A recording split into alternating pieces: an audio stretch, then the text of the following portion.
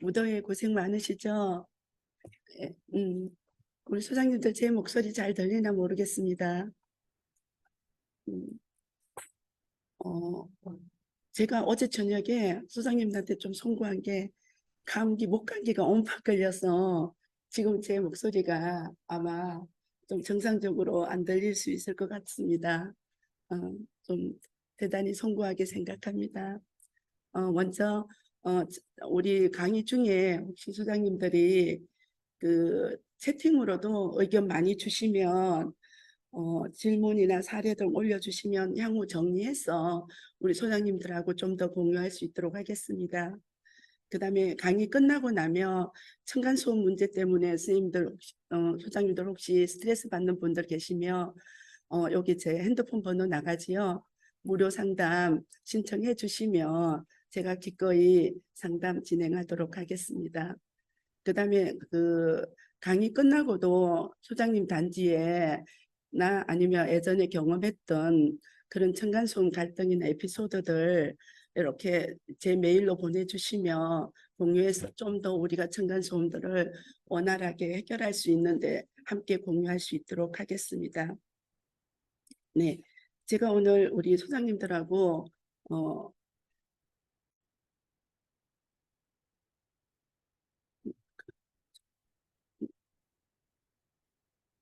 다음 번 넘어갈 때 오케이.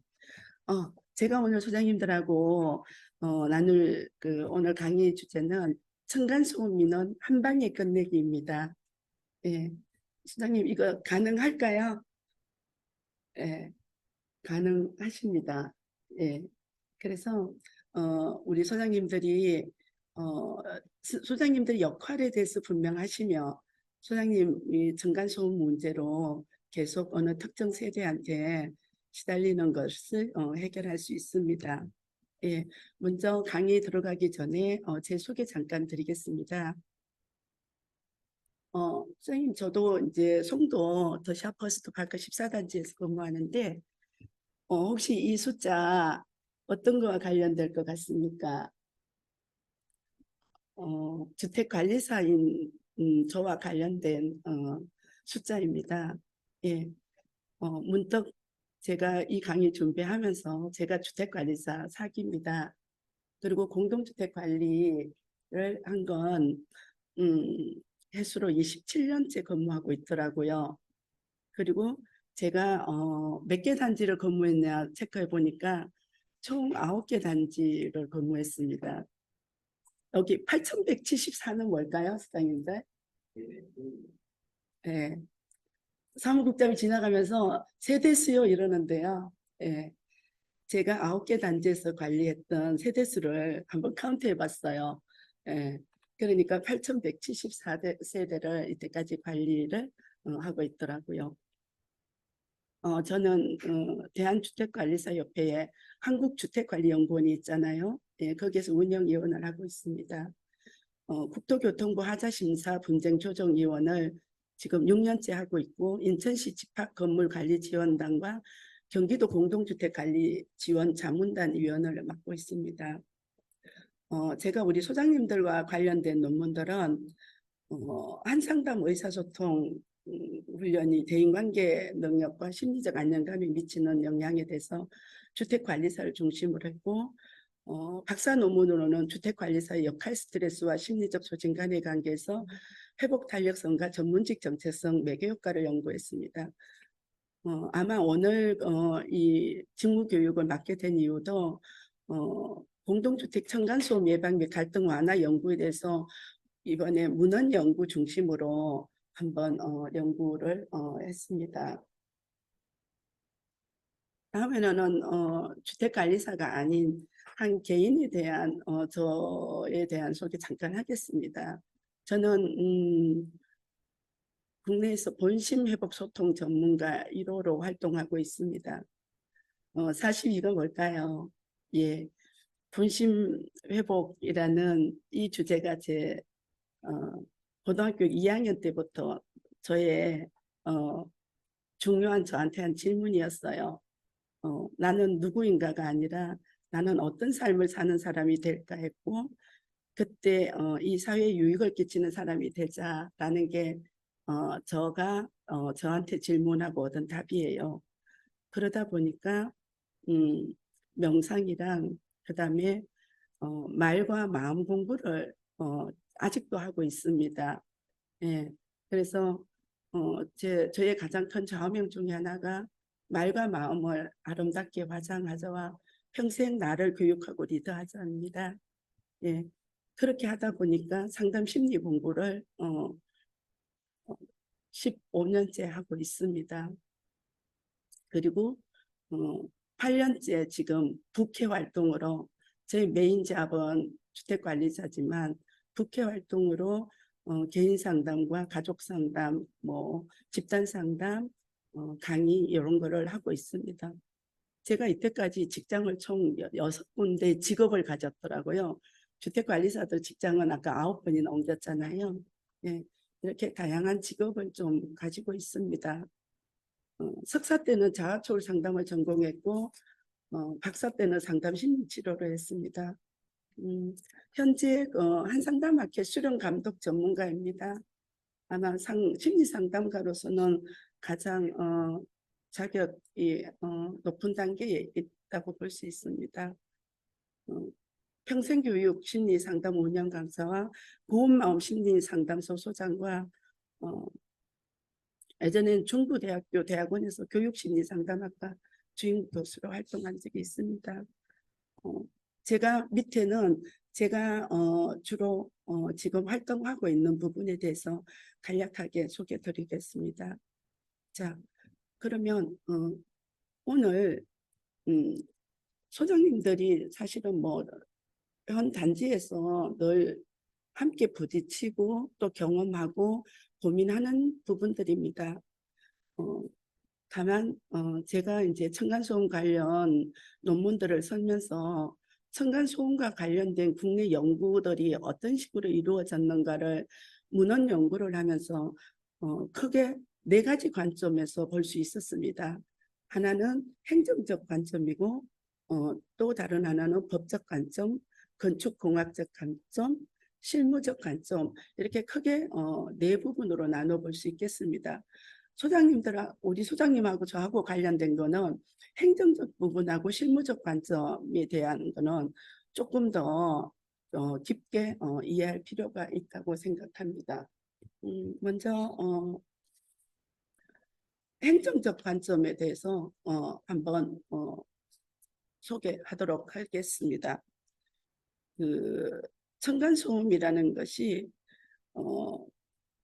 개념이나 기준 이런 것이 생긴 것이 공동주택에 생긴 것은 그렇게 많지 않습니다. 예, 우리가 층간소음 이웃사회센터라고 환경부 소속에 거기에 가면 층간소음을 어떻게 개념 정리를 하고 있느냐. 입주자 등의 활동으로 인해 발생하는 소음으로 다른 입주자 등에게 피해를 주는 직접 충격하고 공기 전달 소음, 이것을 층간소음의 기본 개념으로 가지고 있습니다. 우리 공동주택관리법 제20조에도 층간소음 방지 등에 대한 조항이 있습니다. 거기에서는 뛰거나 걷는 동작 그리고 그다음에 음량기기 사용 등으로 발생하는 소음을 층간소음으로 한정하고 있습니다. 층간소음 규칙 제3조가 올해 1월 2일 날 개정되었어요. 밑에 도표에 보시면 2가지 소음 기준이 있습니다. 하나는 직접 충격 소음이고 다른 하나는 공기 전달 소음입니다. 그러면 요번에 좀 더 강화되어서 층간소음을 직접 충격 소음에 대해서는 1분간 등가 소음을 측정합니다. 그래서 그것이 주간에는 39, 야간에는 34가 기준입니다. 또한 최고 소음도는 주간 57, 52, 그다음 공기 전달 소음은 5분간 등간 소음도에만 적용하고 있는데 45데시벨과 40데시벨입니다. 물론 요거는 지금 공동주택 층간소음 규칙에서 명명하고 있는 거고, 거기에 보면 비고란에 2024년까지는 여기에 플러스 5를 해야 됩니다. 그 다음에 2025년 1월부터는 플러스 2가 일반적인 공동주택에 대한 기준이라고 보시면 되겠습니다. 국가소음 정보 시스템에 들어가 보시면 층간소음 이웃사회센터에서 그 자주 하는 질문에 대해서 아주 자세히 나와 있으니까 그거를 좀 참고하시면 좋겠습니다. 자, 그러면 행정적으로 층간소음 이웃사회센터는 2012년 3월부터 운영이 되었거든요. 저도 가만히 보면 층간소음에 대해서 언제부터 민원이 많았고 그것 때문에 고심을 하고 중재자 역할을 했을까 되짚어 보면 제 기준에서는 2008년도부터 층간소음의 민원들을 자주 관리실에서 접했던 것 같습니다. 예, 층간소음 이웃사회센터는 전문적인 행정기관의 중재상담센터라고 말할 수 있습니다.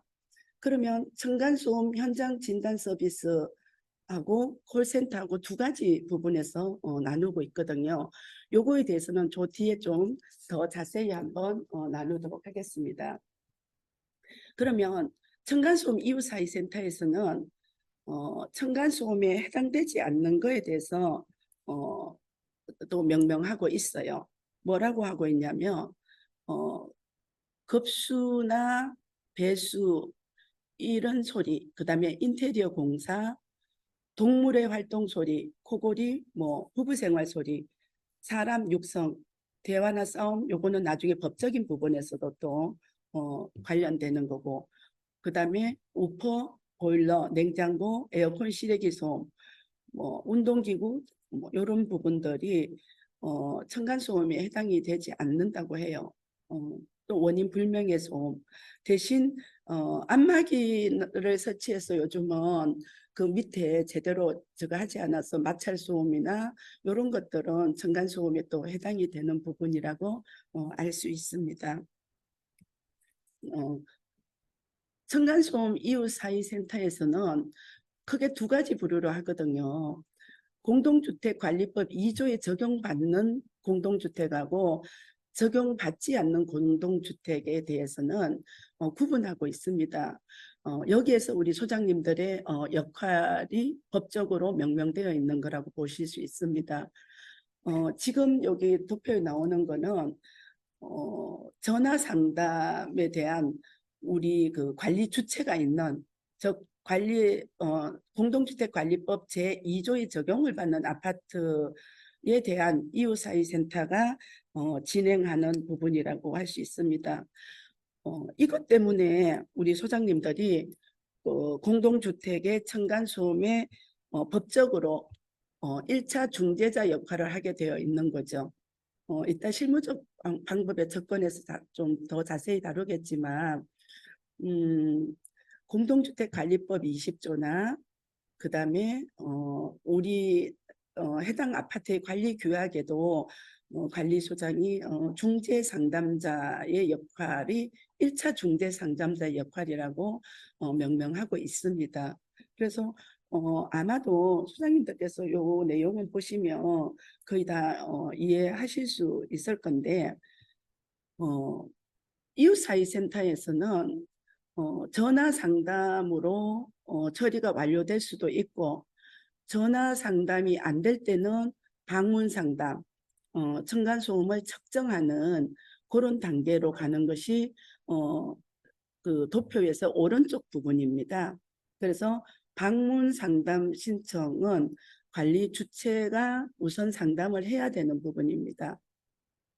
그렇기 때문에 관리 주체가 우선 상담해서 끝나면 처리가 완료가 되는 거고 그렇지 않을 때는 이제 와서 각 그 층간소음에 대한 측정들을 하는 부분입니다. 요거는 이웃사회센터에 가시면은 자세한 내용이 있으니까 소장님들께서 꼼꼼하게 한번 공부하시면 될 것 같습니다. 음,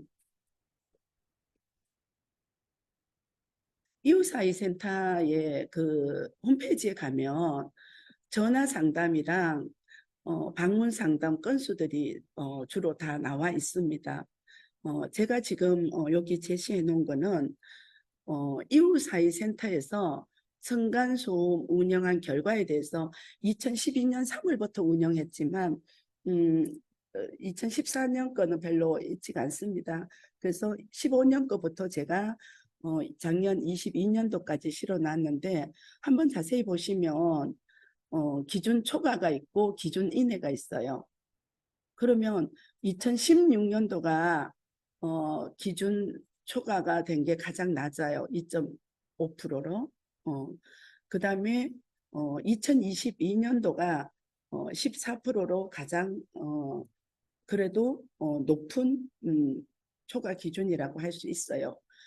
이 데이터는 무엇을 말하느냐면 층간소음은 이따 실무적 접근에서도 잠깐 언급하겠지만 지극히 주관적인 부분들이 많은 부분이라는 거죠. 예. 이런 부분들에 대해서 소장님들이 전반적으로 알고 계시면 나중에 그 층간소음 한 방에 끝내기 3단계에서 그분들한테 이해를 받고 설득할 수 있는 그런 중요한 데이터가 될 수 있다고 생각을 합니다. 음. 그러면 층간소음 이웃사회센터에서 아까 보니까 기준 이내인 것도 있고 기준을 초과한 것도 있는데 거기에서 기준을 초과했는 이내도 물론 있을 수 있지만 기준 초과를 했을 때 만약에 이게 조정이 되지 않을 때는 그 다음에 가는 게 우리는 잘 부르잖아요. 공주법이라고. 우리가 고생하는 것에 비해서 이름은 되게 예쁘잖아요. 공동주택관리법 71조에 보면 중앙, 뭐 인천, 아니, 시, 지방 이런 공동주택관리분쟁조정위원회를 설치하게 되어 있습니다. 또 환경분쟁조정위원회도 설치하게 되어 있거든요. 그래서 이웃사회센터에서 해결되지 않는 거는 중앙공동주택관리지원센터하고 환경분쟁조정위원회에서 보통 처리한다고 볼 수 있습니다.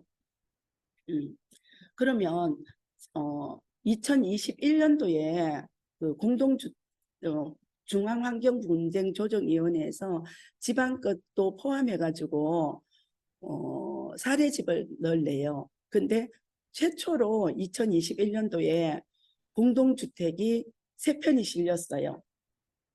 이 중에 우리 그 공동주택관리법 2조에 해당하는 의무관리단지도 2건이 실렸더라고요.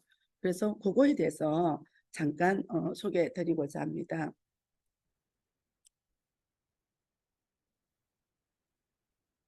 2021년 중앙환경분쟁조정위원회 사례집에 실린 조정 불복 사건입니다. 2016년 11월부터 2019년 11월까지 거의 만 3년이잖아요. 만 3년까지에 대한 정신적 피해를 5천만 원 배상을 요구했어요. 아래층에서. 그래서 여기는 이제 지방이죠. 경기환경분쟁조정위원회에서 조정 내용이 뭐냐면 104만 2,322원을 배상을 해라. 아랫집에 윗집은 이렇게 했는데 양쪽이 다 이거를 조정을 받아들이지 않았어요. 불복했어요. 결국은 그래서 신청이 나고 피신청이 모두 불복하다 보니까 조정이 이루어지지 않았어요. 이건 뭘 의미하는 걸까요? 결국은 조정에 응하지 않으면 아무 소용이 없다는 거죠. 예. 다음으로는 2021년도에 그 기각 사건입니다. 이 사건은 14년째 아랫집에서 거주하시는 분이 갑자기 위에 입주자가 이제 위층 세대가 이사 오고부터 층간소음에 시달렸다. 그래서 아래층 세대가 그 고무망치로 보복성 소음을 계속 발생시킨 거예요. 그래서 이 아랫집에서 이제 그 환경분쟁조정위원회에다가 그 피해 보상을 조정해 달라고 이제 신청을 했는데 200만 원을 신청했어요.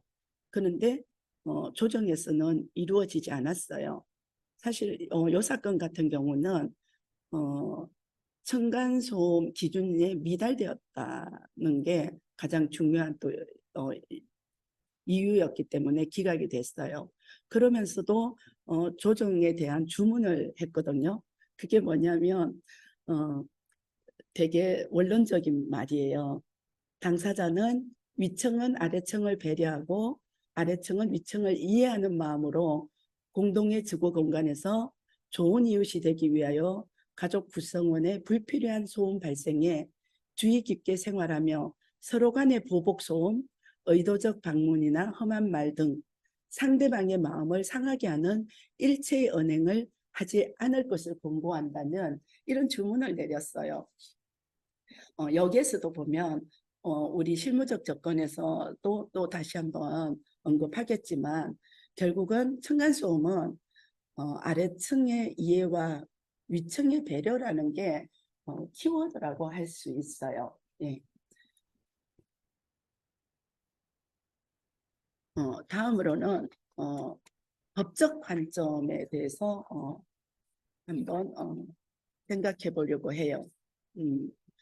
소장님들께서 이런 네 가지 관점에 대한 기본 틀을 딱 가지고 계시면 층간소음 민원인을 대할 때도 좀 되게 편하게 대하실 수 있어요. 왜냐하면 층간소음 민원을 가지고 온 사람들이 잘하는 말 18번이 뭐냐면 법적으로 가면 안 되겠다. 법적으로 끝까지 하겠다는 말들을 참 많이 하거든요. 그렇기 때문에 이 부분들도 수장님들께서 어느 정도 큰 가닥을 잡고 계시면 아마 민원인의 그런 격양된 민원을 받을 때 좀 많이 도움이 될 수 있으리라고 생각해요. 층간소음에 법적으로 간다는 건 결국은 감정적인 부분이거든요. 그래서 실제로는 실익이 없다고 보면 돼요. 그럼에도 불구하고 법적으로 가겠다라고 말씀들을 많이 하시거든요. 어, 헌법에서는 제37조 보면은 국민의 자유권이라는 거예요. 근데 이 자유권이 양쪽에 다 해당이 되는 부분이에요. 그래서 윗집은 내가 좀 편하게 좀 살 수 있는 자유권이 있고 아랫집은 내가 윗집의 그런 피해에 대해서 침해에 대해서 내가 침해를 안 받아야 되는 자유권이라고 하는데 그래서 뭐 결국은 한 개인이 공동주택이라는 단지에 거주하면서 나의 자유와 권리가 어떻게 침해 받느냐의 문제가 이제 헌법에서 다루는 거라고 해요. 다음으로는 민법적인 부분이에요. 민법은 상린관계에 대한 거라고 민법 제217조와 관련이 있다고 해요. 그래서 토지 소유자가 반대 이웃 거주자한테 고통을 주지 않도록 어떤 적당한 조치를 해야 될 의무가 있는데 이때 바로 이제 이웃 토지 통상의 용도에 적당한 때 이를 인용할 의무가 있다 해서 이것도 결국은 이해와 배려라는 걸로 갈 수밖에 없는 부분이죠. 그다음에 층간소음 관련해서 현장에서 보면 우리 소장님들 그 경찰서에 신고하시는 분들 꽤 많이 있잖아요. 예. 제가 근무하는 단지에서도 뭐 종종 그런 일이 있거든요. 예. 그런데 실제로는 형법을 적용하기에는 참 많이 어려움이 있어요. 음. 그래서 형법은 경범죄처벌법인데 10만 원 이하 벌금, 구류, 과태료형을 처벌하는 거예요. 대부분은 소란을 피우는 거, 악기, 라디오, 텔레비전, 전축, 뭐 이런 확성기 이런 거와 관련돼 있기 때문에 실질적으로 층간소음을 호소하는 걸 가지고 그분들이 오셔서 해결할 수 있는 방법은 없죠.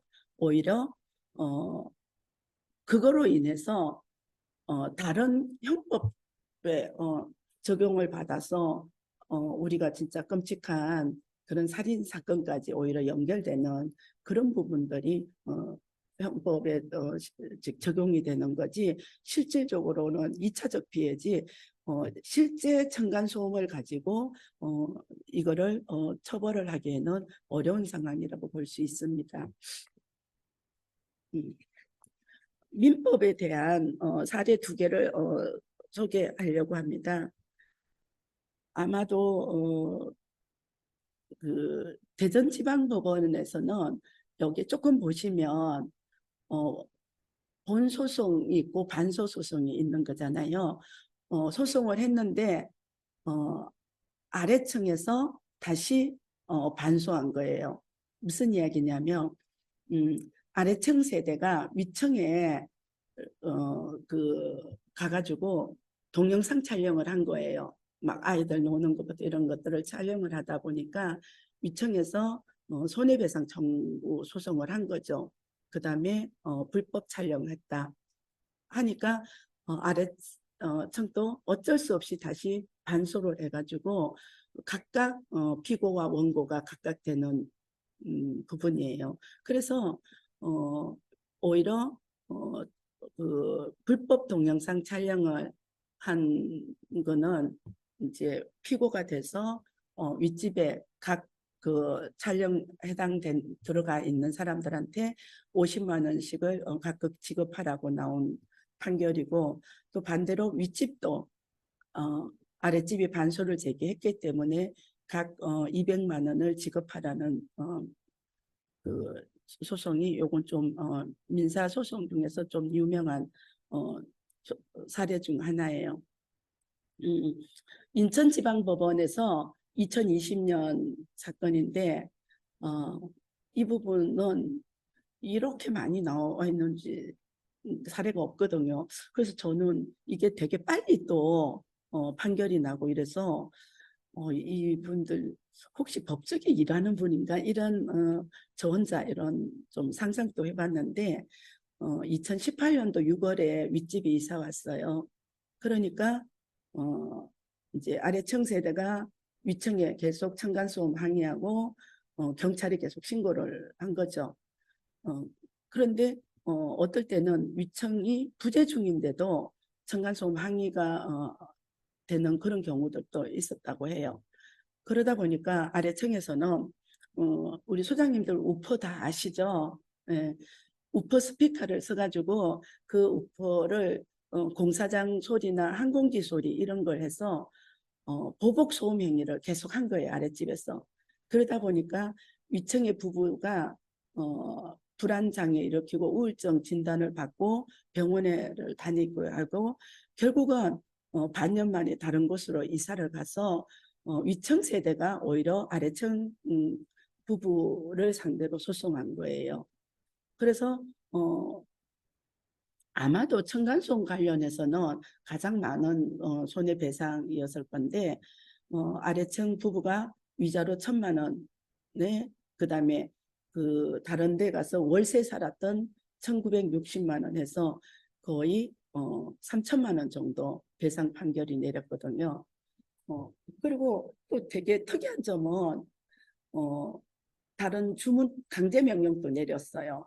뭐 내렸냐면 아래층 부부가 앞으로 소음을 발생시킬 때마다 하루당 100만 원씩 배상해야 한다는 간접 강제 명령을 내린 사례입니다. 예.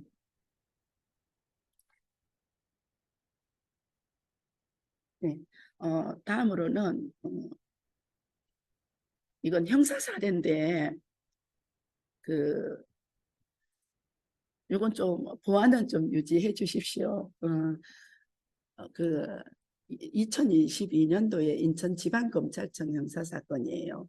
이거는 사실 층간소음 때문에 비화가 된 거죠. 오히려 예, 확장된 사건인데 아래층이 2021년 봄에 전입을 온 거예요. 그래서 이분이 너무 시끄러우니까 위층 세대 직접 세대를 방문해서 항의를 했어요. 그러니까 위층에서는 이제 젊은 남자가 방문을 하고 하니까 아들이랑 또 고등학생 딸도 있고 하니까 너무 놀란 거예요. 그래서 우리는 여기에 몇 년 살았지만 아래층에 층간소음 항의를 받은 적이 없다. 그리고 아래층에 세대 방문해서 불안하다.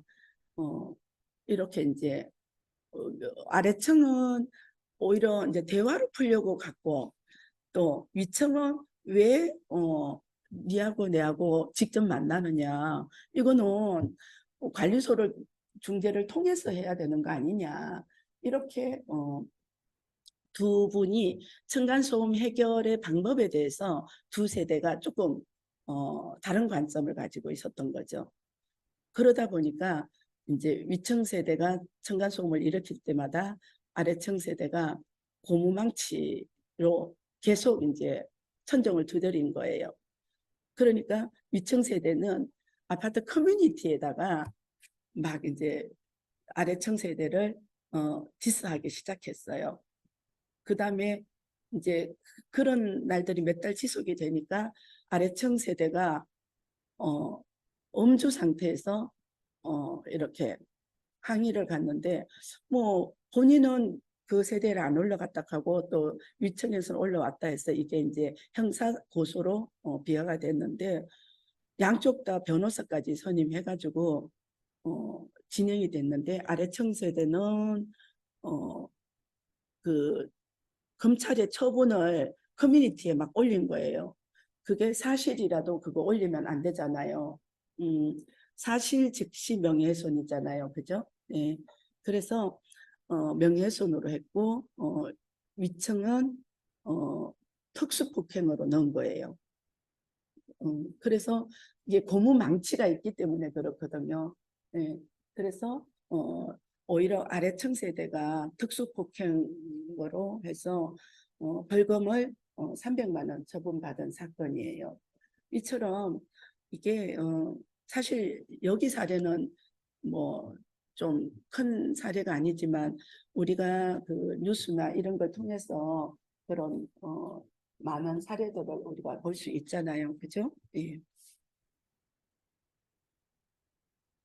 다음에는 건축공학적 입장에서도 소장님들이 좀 전반적으로 알고 있을 필요가 있어요. 예. 층간소음에 대해서 대부분은 그 예전에는 연구들이 거의 다 구조에 대한 그러니까 구조 두께에 대한 연구들이 많았어요. 그 다음에 바닥 재료에 대한 연구들이 있었는데 특이하게도 요즘은 공동주택에 대해서도 능동소음 제어 시스템이라는 ANC가 Active Noise Control이라고 저도 이번에 이거 논문 쓰면서 처음으로 알았거든요. 이거를 오히려 이제 백색 소음을 일으켜줘서 층간 소음으로부터 좀 더 자유롭게 하는 그런 부분들이더라고요. 자, 층간소음에 대한 그 바닥 충격음 차단 구조 인정 및 관리 기준이라는 게 있어요. 그 기준에 따라서 2005년부터 바닥 충격음 차단 구조 인정 및 관리 기준이 생겼거든요. 그래서 경량 충격음 레벨이랑 중량 충격음 레벨, 또 가중 바닥 충격음 레벨 감쇄량 기준, 그다음에 바닥 마감재, 완충제 등 이런 인정 기준과 성능 기준에 대한 마련을 2005년부터 했어요. 아마 그전에는 층간소음이라는 게 그렇게까지 사회적 문제가 되지는 않았는데 이제 이게 사회적 문제가 되다 보니까 제일 먼저 접근한 게 사실은 건축공학적 관점이라고 보시면 됩니다. 그러면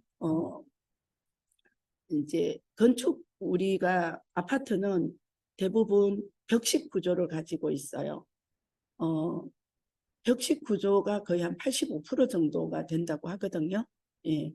그다음에 기둥식 구조 또는 라멘 구조라고 하고, 그다음에 무량판 구조라 해가지고 요 장단점은 뒤에 제가 소개해 드리도록 하겠습니다. 그다음에 슬라브 두께도 원래는 180mm였는데 이제 2005년도에 강화가 돼가 210mm로 강화가 됐어요. 그런데 일부 요즘은 240mm까지 하자. LH나 이런 공익에서 짓는 공공에서 짓는 아파트들은 먼저 슬래브 두께를 240으로 해야 되는 거 아니냐, 이런 말도 요즘은 대두되고 있다고 해요. 그다음에 우리나라에서 그 층간소음이 또 문제가 되는 것 중에 하나가 우리의 바닥 구조면이에요. 우리가 그 온돌 구조이기 때문에 이게 복합적으로 작용한다고 합니다. 그것도 뒤에 한번 어떻게 되어 있는지 한번 설명드릴게요. 그래서 바닥 마감재를 어떻게 쓰느냐에 따라서 바닥 충격 실험을 해놓은 연구들도 꽤 있어요. 그런데 우리가 PVC 시트하고 마루하고 타일 해서 PVC 시트 4종 해가지고 총 한 7종을 실험을 했는데, 실제로는 PVC 시트가 소음 세감 효과가 감쇄 효과가 제일 높다고 해요. 여기 밑에 바닥 마감재 두께 제가 실어놨는데, 근데 요즘은 실질적으로는 잘 짓는다고 하는 데는 거의 다 마루나 타일종을 하잖아요. 그러면 오히려 충격음이 뭘 떨어뜨리고 했을 때도 훨씬 더 크다고 볼 수 있죠. 그 다음에 아까 잠깐 말씀드렸던 층간소음 저감을 위한 능동소음 제어 시스템, 이런 거는 새로 짓는 공동주택은 많이 개선이 됐다 해도 기존의 공동주택은 그러면 어떻게 할 거냐에 대한 문제에 대한 해결로 하나로 이렇게 백색 소음 제어 시스템을 해서 위에나 주변 소음에 대해서 좀 더 자유로울 수 있는 그런 부분들로 나와 있다고 볼 수 있습니다.